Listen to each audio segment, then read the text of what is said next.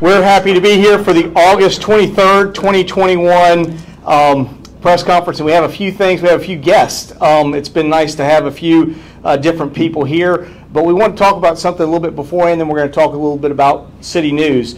But one of the things that we want to talk about today, we've made a big effort through Lawrence Powell and the things that we're working on to be involved between Youth Council, our intern program, and a variety of other things. We're going to work with the two city high schools, which are Pensacola High School and Washington High School.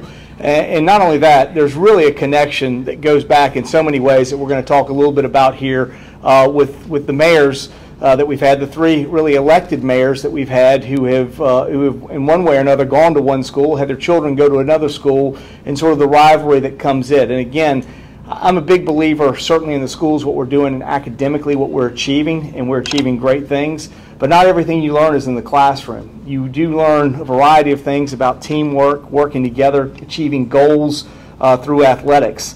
I will tell you the story of a young man who was only about 135 pounds, but decided he was going to go play football as a freshman year at Washington High School.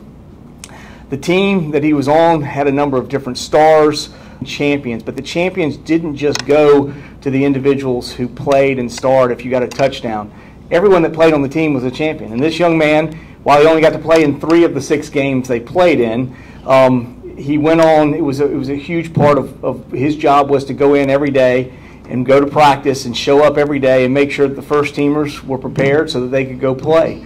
Coach Ronnie Bond, who was a great coach who coached many state championships in women's basketball at Washington High School, was the coach. And he had a real, he did one thing that I thought was always great. He indicated we always had a captain for offense, defense, but there was also a captain for somebody who didn't start. And if they had a good week of practice. In the very last game of the year of our 6-game season, we had the opportunity to play PHS at Washington High School on our practice field, which was a big deal. It was only freshmen, so they played on our practice field. But we got to play PHS in our last game. And this young man was chosen to be the captain for the non-starting captain. And it was a big deal because his father was going to come to the game. And his father didn't, just because of his father coming to the game, it was his father went to the other school, went to PHS. And didn't just go to PHS, he was on the Hall of Fame of PHS. That game, Washington High School ended up prevailing in a 14-6 hard-fought game that year, and the team again finished undefeated, sort of undesignated city champions of football at that time. That young man who played at 135 but decided not to go out the next year was myself. I certainly still have. I have a little Washington. This came off my helmet from the sticker off my helmet that I had, and again, it was an instrumental part in my development, not just by what you learned in the classroom, but by what you also had and what you learned in playing in a team and playing a sport. I have 2 other individuals who both, like I said, attended one of these schools, also had the opportunity to lead the city of Pensacola, and I will go ahead and let them come up here and speak. The first one I'd like to introduce is the former Mayor Ashton Hayward, and he will introduce Mike Wiggins. But Ashton, if you'd come forward, I certainly appreciate you being here today to shed a little bit of your involvement in this rivalry. All right. Well, thank you, Mayor Robinson. It's a pleasure to be here, and Grover is correct. The mayor is right. I didn't know about the football, so I'm very impressed. I know he's a tennis player and played tennis for Washington as well, but I did have the good fortune to go to Washington High School and play on the golf team, and he's exactly right. The mayor's exactly right. I think all of us understand the importance of academics and what that can do for our future, but at the same time, when you're on a part of a team, it's all about teamwork and working together and being selfless.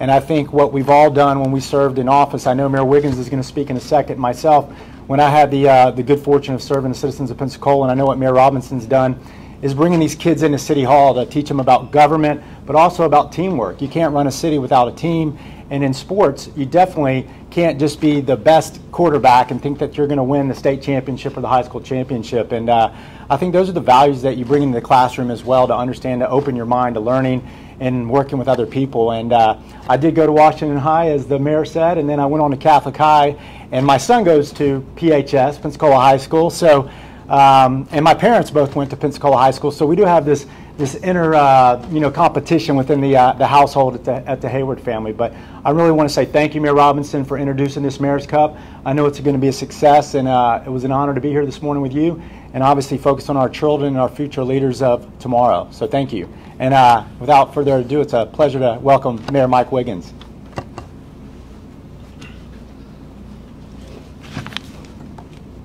Thank you, Mayor Ashton. It's a pleasure to be with you. Mr. Mayor, thanks for inviting me. I have to tell you, it is great to be back in City Hall. It really is. So thank you for inviting me to come. A couple of things I'd like to say. One, I'd like to applaud the mayor for his initiative on the Mayor's Cup. Mayor's Bowl. What's that? Mayor's Bowl. Oh, the Mayor's Bowl. I call it the Mayor's Cup. Cup, bowl, whatever. You get the cup. The cup. Okay, the Mayor's Cup. In any event, I do applaud him for that, because we have two great schools in the city of Pensacola, Pensacola High School and Washington High School. And they have a rivalry already. But this particular cup is going to take that rivalry, in my opinion, up another notch. It's going to make the students yell and scream louder. It's going to make the players play harder. And we as grandparents and parents are going to sit back and just enjoy the scene. Plus, each school, or the school that wins, will have the bragging rights for a whole year until the next game, while at the same time learning about school spirit and about how to be a team player. So I think this is going to be good on many reasons, and I do applaud that. Now, just a little bit about myself and where I stand on who's going to win this game. I went to Pensacola High School and graduated in 1963. My two sons went to Washington High School and graduated and went on to college. My granddaughters have gone to Pensacola High School, two of whom have moved on to the University of Florida. Sorry, Ashton, I tried to make them Seminoles, couldn't make it work. But in any event, I have a granddaughter there now who's playing volleyball against Escambia tonight, and we will be there to support her. So, well, who do I pick? Who do I pick to win this game? I'm going to have to pick the Tigers, and let me tell you why. Let me tell you why. Go Tigers, go. Go Tigers, go. Exactly. In 2023 will be the 60th reunion of my class at Pensacola High School. Won't it be fun to take the Mayor's Bowl with me and show our class what has happened at Pensacola High School, so we can show the same pride that we did in 1963 in 2023. I hope that happens, and I think we can make that happen, depending on who wins the game. Of course, it's the deal. But in any event, Mr. Mayor, thanks again for having me here. Thanks for putting all this together, and I'll leave you with 3 words. Go Tigers, go. Thank you. Well, we also have our principals here today. First, I would like to introduce Soraya Miller to come forward. She's the new principal at Pensacola High, and following her will be Rick Shackle from Washington High School.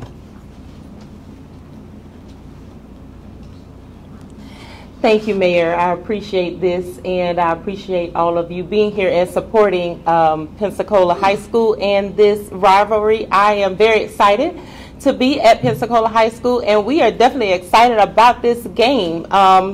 I have been speaking with Mr. Shackle and letting him know that we will be taking that cup home from the game. But we are all excited, and just kind of want to let you know this bleeds right into our motto at Pensacola High School, where we are one school, one dream, one team, where it does take more than just the academics for an overall student. It takes the athletics, it takes the clubs, it takes the organizations, it takes the community. So we are looking forward to the community coming out and supporting us and having a good time and taking home that win. So come out and support us on September 3rd, 7 o'clock p.m., Pensacola High School, where we will be there to take the win and take that cup. Thank you, Mayor.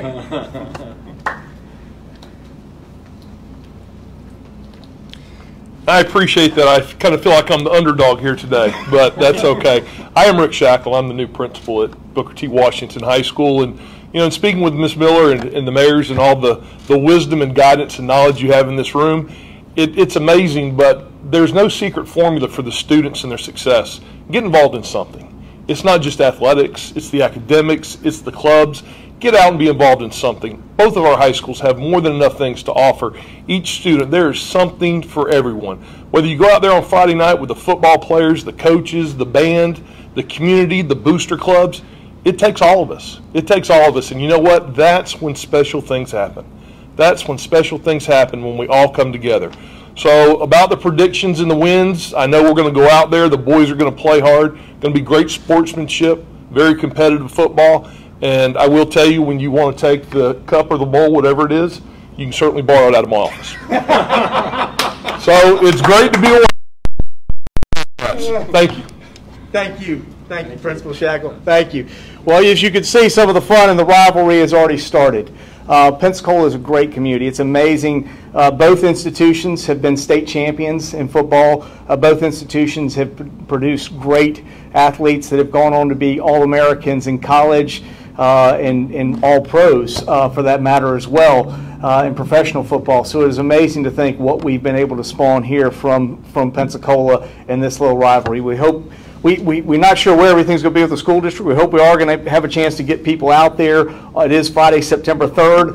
We're going to talk a little bit later on about where we are on our numbers for COVID, but hopefully it'll be at a point where everybody can get a chance to get out there and see it and participate in it. And again, I think what both principals indicated is support your local high schools, support your local students and your student athletes and what they're doing.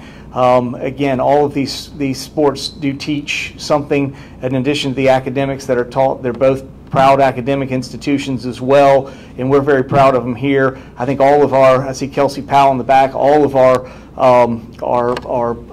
youth council came from one of these two schools, and as we look forward in our intern program, we're certainly involving a lot of these kids into our intern program.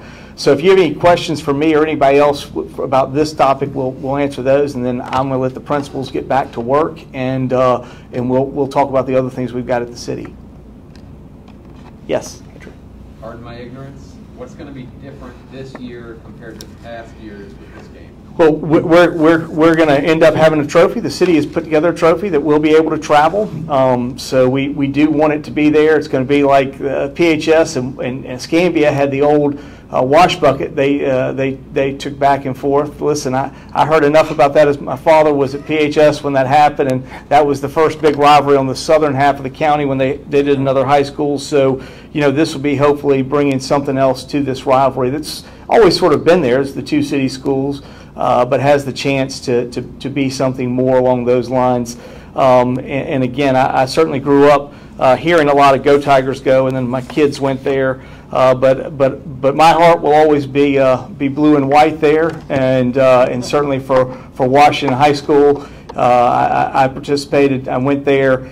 Great institution. I had a lot of people that I knew, friends such as former Mayor Wiggins' son graduated there at the same time I did, and Ashton attended there for a little while we were there before we went to Catholic. He became green and gold, but you know, certainly I think that's hopefully what we hope to do with this, and show highlight a little bit more on what's going on. And again, it is Northwest Florida, so what better sport to do that in than football? So so we thought it would be a good thing to do, and this is what we want to do from every year going forward, and at least have a little trophy attached to it. And I just want to say, I had the deepest respect for a gentleman that I learned a lot from. A gentleman who was the principal at Washington High School, was legendary in the 80s and 90s, Sherman Robinson, who was a football coach.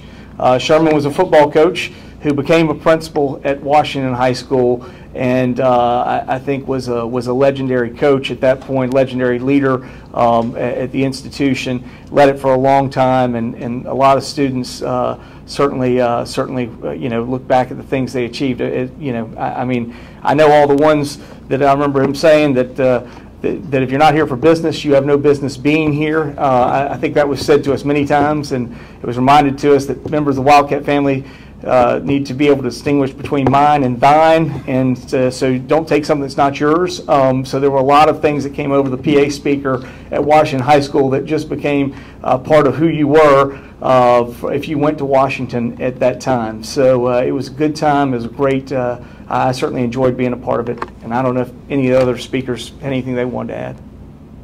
Sherman Robinson was a very productive member of the Pensacola City Council. Oh, I didn't know that. I did not know he was. Okay. Well, there he was, city council member. Well, that's it. Thank you very much for joining us today. Oh, yeah, absolutely. Absolutely. Come on up. You guys want to stand in front of the podium? Well, the only problem is The you can't move cameras that. issue that. You want us to stand over here? Casey, maybe better. Just so we Sorry, don't have. we can do it right here. I'm Huh? just being difficult. We can go right here. I just don't want the mic blocking your face. Oh, okay. We'll put those down. All right. Oh, All sorry. right. Go ahead. We'll mix it up here. We'll get a principal over here. We'll come on. You get here in the middle. You. There you go.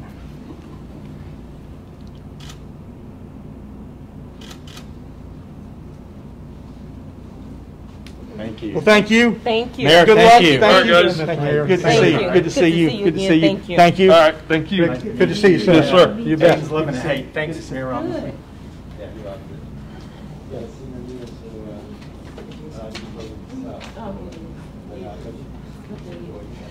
I was a little disappointed this morning. I tried to find somewhere. I've got the entire schedule for that freshman year and the and all the games we played, but I was able to find my W for my helmet, so I did have that. But anyways, there are a few things I would like to go over. Some things that happened last week. It was great to be with Frank Patty and his family at the Patty Safety Award. They were awarded the American Equity Underwriters Safety Award for maintaining incredible high safety standards at their shipyard. We presented a proclamation on their behalf of the city on Friday. Obviously the shipyard is just outside of the city limits, but all their other operations with the seafood and everything taking place here inside the city, they are a very important institution, family-run institution for our community. We certainly appreciate what they do both at the seafood business and the shipyard, and it's great to see them being successful at what they're doing. Right now, the City Council is having a budget workshop. It started at 9. It's supposed to go all day, so we'll be attending that shortly after this this meeting as well. There are a couple things I'd like to say that are going to be happening this week. We will be unveiling a new piece of art that was installed this week into Bartram Park. The sculpture is called Folding Planes by Kevin Box.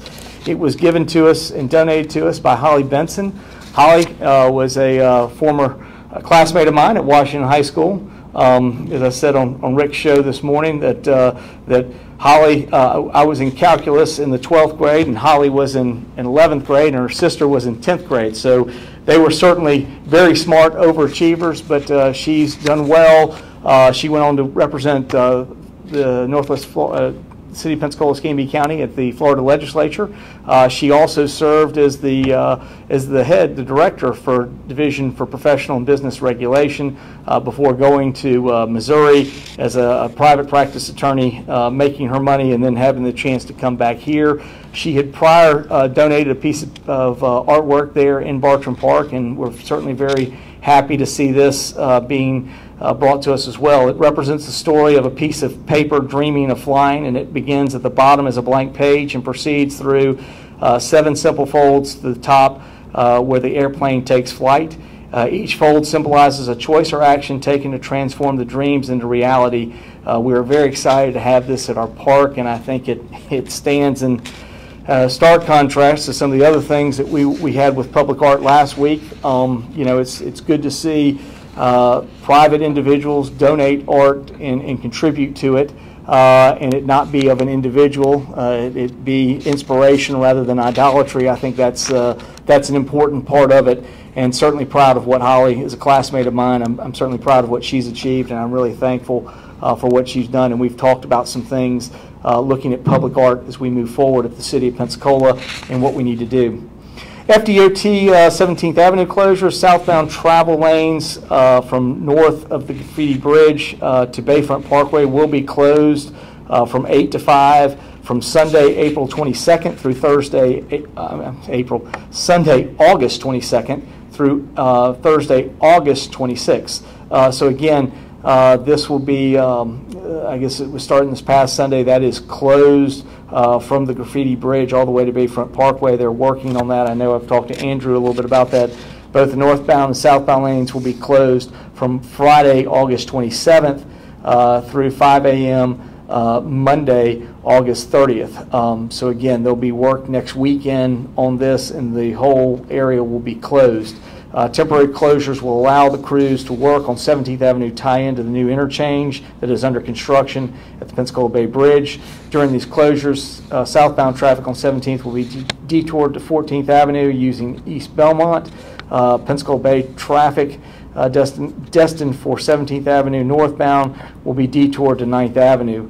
For more information, visit FDOT and their website at nwflroads.com. So again, this is all part of, this is a short disruption, but this is all part about getting that roundabout and interchange back in service. And when that is, 17th will come back open all the way and everything else. But again, we're going to be, it probably will happen sometime in September, but we need to do this work right now here at the end of August, so we will be having some closures there. Yeah, I see Amy Miller in the back, and I know she's proud about this and proud also of the work that Clark is doing there. The Port of Pensacola was ranked the ninth most valuable port. Now, ninth may seem a little bit further back, but when you realize in the state of Florida we have 15th, and for a long time the Port of Pensacola was back around 15th. We are moving up, and this has been a part of what we've tried to achieve in showing that the port is a viable option if it is done in the right niches that make sense for what the port does. Although Florida seaports saw a cumulative decline in value of cargo traded in 2020 due to disruptions from COVID, the Port of Pensacola is happy to share the value of all cargo handled from 2020 was up 419% from 2019 levels, which were up from 2018 levels. This is according to the recent report from the Florida Seaport Transportation and Economic Development Council and published in the Florida Ports Council. Most of the dramatic increase is an increase in import and handling of GE's wind energy components, including fully assembled wind turbine nacelles, many manufactured here at GE's Pensacola Scenic Highway manufacturing facility.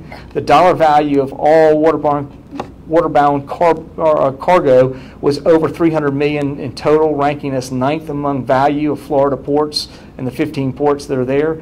And the good news is this continues for the port, as they are reporting waterbound cargo tonnage handling for the port is up 23% for fiscal year 2021, which started in October of 2020. So again, 400% increase in 2020, and we're still increasing above that right now. And so I'm extremely proud of port staff, the rest of the team, and the great work they are doing. Certainly Amy Miller, who has done much of that and shepherded, and now she's over that area of enterprise, and Clark Merritt is our new port director, continues to show what the Port of Pensacola can do as we operate within the niches that we're doing.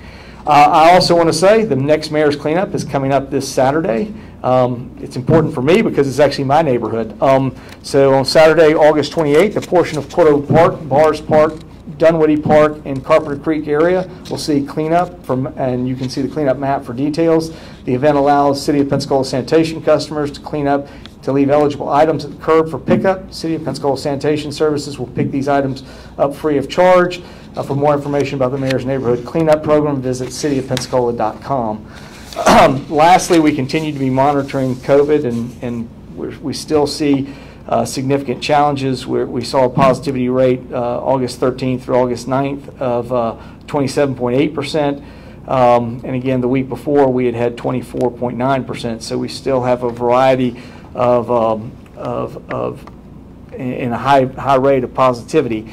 The good news for us is we are at least beginning to see some declines in hospitalizations. We've been up as much as 396 hospitalizations. We came down into the 70s. Saturday we were at 379, Sunday 379, and today we're at 365. So at least we are seeing some decline, and in the number of hospitalizations.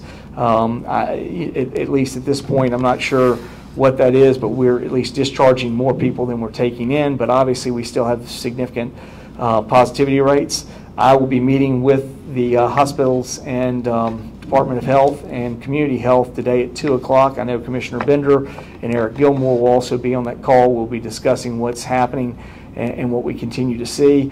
We continue to ask you to work with us in trying to curb these numbers.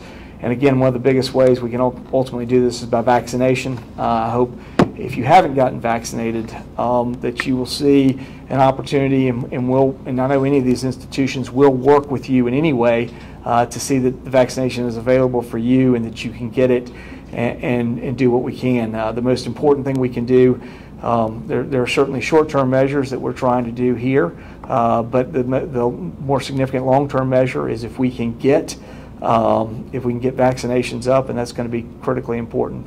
This is enough about what I wanted to talk about today. I appreciate you letting us introduce the concept of the Mayor's Bowl on September 3rd, again between PHS and Washington. We hope it will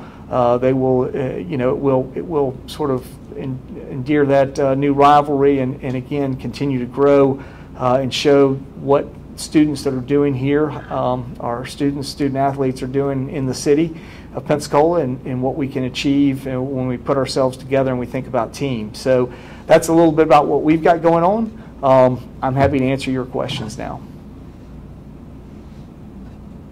No questions? Yes?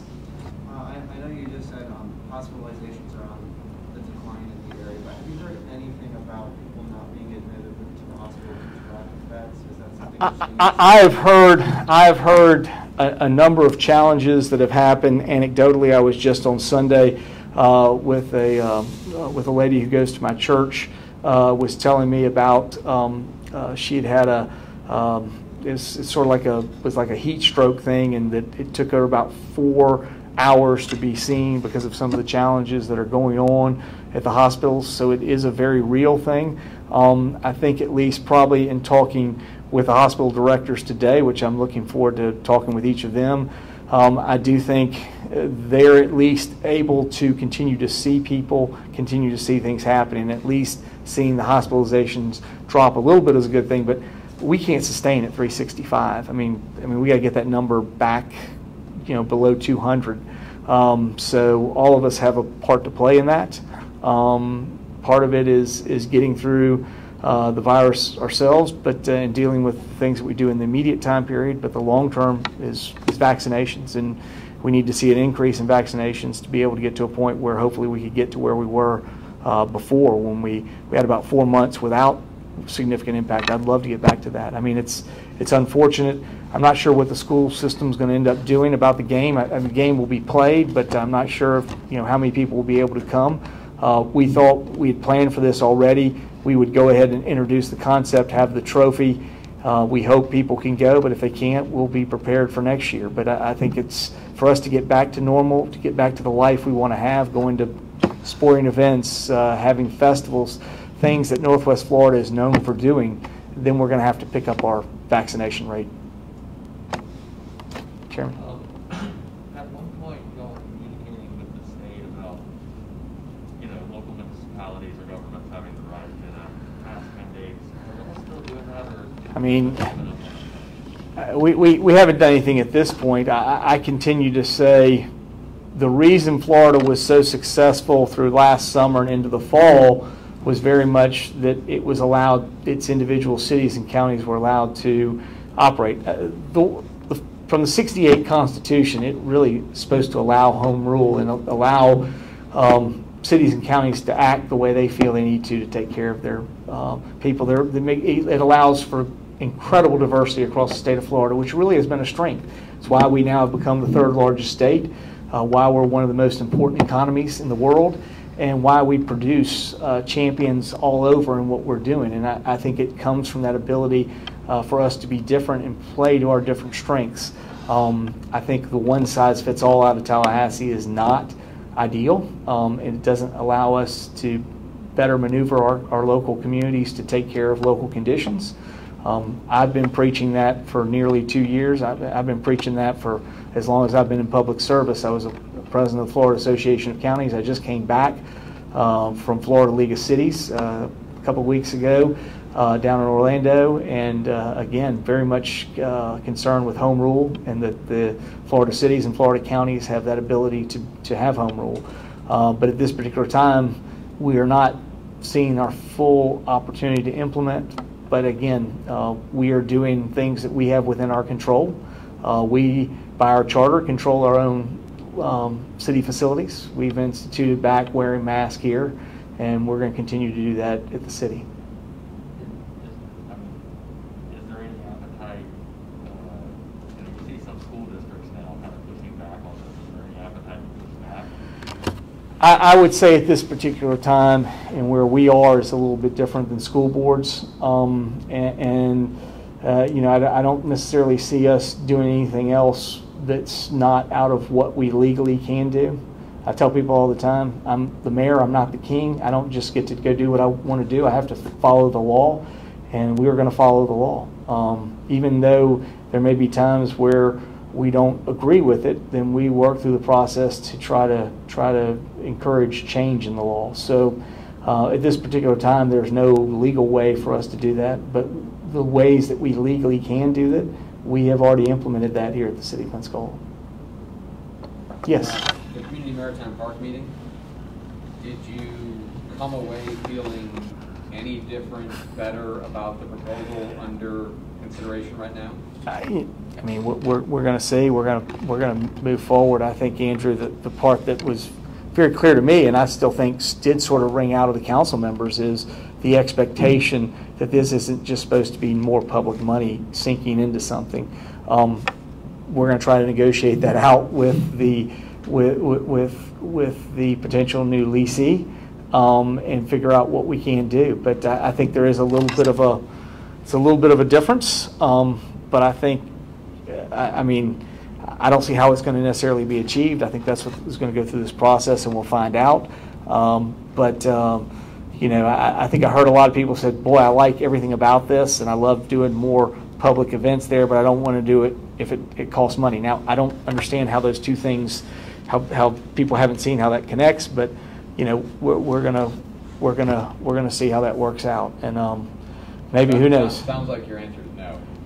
Who knows? Maybe a rainbow will land there, and we'll have the pot of gold, and we can build whatever we need to. But at this point, until that happens, whatever we got to do has got to make financial sense. I think, Andrew, all the things we may want, all the things we may like, if we can't afford it, we can't afford it. And I think that's the bigger concern. I think when we did the whole Maritime Park, the whole idea was we would have these things that surrounded it that would bring in amenities, but they would all be done privately, and they would generate money for the city to be able to pay the park. I think when you look at the Silver Hills proposal, there was roughly almost $40 million brought in that was going to do that over time and generate what's there. I think at this point we're starting at zero, and not only that, not only have we given up that $40 million, we've now also said, hey, we want to take on something that has operating costs. And having operated a convention center, in a sense, the base center, and seeing what that did in operating cost, I am very concerned. I mean, everybody always says, if you really, really do an incredible job and you have the best of stuff and everything works out perfectly for you, you can break even. I mean, but that's if everything works out really, really good. More often than not, all of these things cost you money, and that doesn't even take into account the fixed asset side, which was the $40 million we gave away, and now we're going to build that, and now we're going to have operating deficits. So, I'm waiting to see the proposals. We'll try to negotiate out what we can, but it's been interesting that we've been asked to go produce these amenities, but we've been asked to produce these amenities at no cost to the city. So, maybe we live in fairyland, and this will all work out, but we're gonna see what happens. Yes. You mentioned vaccines are critical now. Is there anything the city is going to be doing, like new steps that we're going to be taking to, such as vaccine incentives, to try and get that vaccination number up? Well, we've participated in a couple of things already. One, we, the city, have begun to introduce that for our employees, and we've begun to hold vaccines here at City Hall and other city facilities for our staff. We're going to continue to keep doing that. I hope other businesses will do the same thing, large-scale employers. I think sometimes golly, if I didn't have to leave work to go get it done, miss time, I might be more likely to go do it. You know, there's the people who haven't done it, there's a myriad of different things. Some of it are very significant, and some of them are fairly minor excuses. And if we can take out the minor ones, like you got to leave work or do something else and bring the shot to you, we're doing that. We certainly hope other businesses will engage in that same practice. There are opportunities to partner with both community health, the Florida Department of Health, and the hospitals. I think they want to find large-scale employers they can work with and bring it there. We're not afraid to go mobile. We're also not afraid to go mobile into neighborhoods. I know that's one of the things that community health is looking to do. One of the initiatives we put forward was with a group that Pastor Isaac Williams at Greater Truvine has been really looking in the minority community. How do we get shots out into the community and get people to take advantage of it? So again, we've put some money into their effort to partner with them. You know, they're going to be moving forward. They have some initiatives that will be happening. So again, all of these things are out there to try to find ways to increase vaccination rates. I think certainly I've been with Pastor Williams a number of times. He's been trying to deal with our African American black percentages of vaccinated has been as low as any. And so he is very concerned about that and wants to make sure his community is vaccinated. And we're working through that. But we're working everywhere. We'll work with any business that we can and keep trying to find ways to get people vaccinated. Follow up to Andrew's question, I guess, you're now negotiating for I guess 60 days for a lease, but you clearly don't think the project is possible, but the city council wants the city to negotiate. I guess, how are you navigating kind of this kind of interesting position you're in as far as? We've asked the individuals who are doing it to bring us forward their proposal. I think after it was over, I did talk to Andrew. Andrew has been working with both Greg Darden and Ed Carson. They're supposed to bring us something. We'll take a look at that. We'll then have that, and we'll be able to respond to it, and we'll be able to go forward. And those will all be public record, and we'll be able to show, and we'll be able to do whatever we need to going forward. But you know, this is what the negotiation is. Listen, if we had all the money in the world and we could do all this stuff, I'm not against what the council wants to do. I just don't see financially how the two things work. Now, even the council has said they're not sure the two things work, but they're sort of willing to try and see what happens. So, I mean, that's what I kind of got out of it. I mean, there were several council members who voted for it and then said, but I don't want this thing to cost us any money. I think both Councilman Jones and Councilwoman Hill have kind of vocalized that at times. So, you know, I think it's a case of us, you know, putting it together and seeing if it can work. If it can work, that's great. If it can't, then I think some of the concerns that were expressed are going to be challenging. But you know, we're going to try. So we're going to see what we can do. Is there a point in the, you know, if you get the financials, you just going to bring it back to the city council, like this is what we have, or how are you going to handle that? Again, we're very much focused on something that does not cost the city money. That's what we've been told. So we're going to focus on that side and figure out what we can do. And if we can work a deal, we'll put it together. We'll be able to say, here's what we've offered and here's what's going on. So again, at this point, we were told that Greg and his team are supposed to bring something to us. So it's hard for me to speculate on what they're going to bring us, but I look forward to seeing what they bring us, and we'll go from there. And you know, ball's in their court right now, so they need to bring us something and take a look at it. Anything else?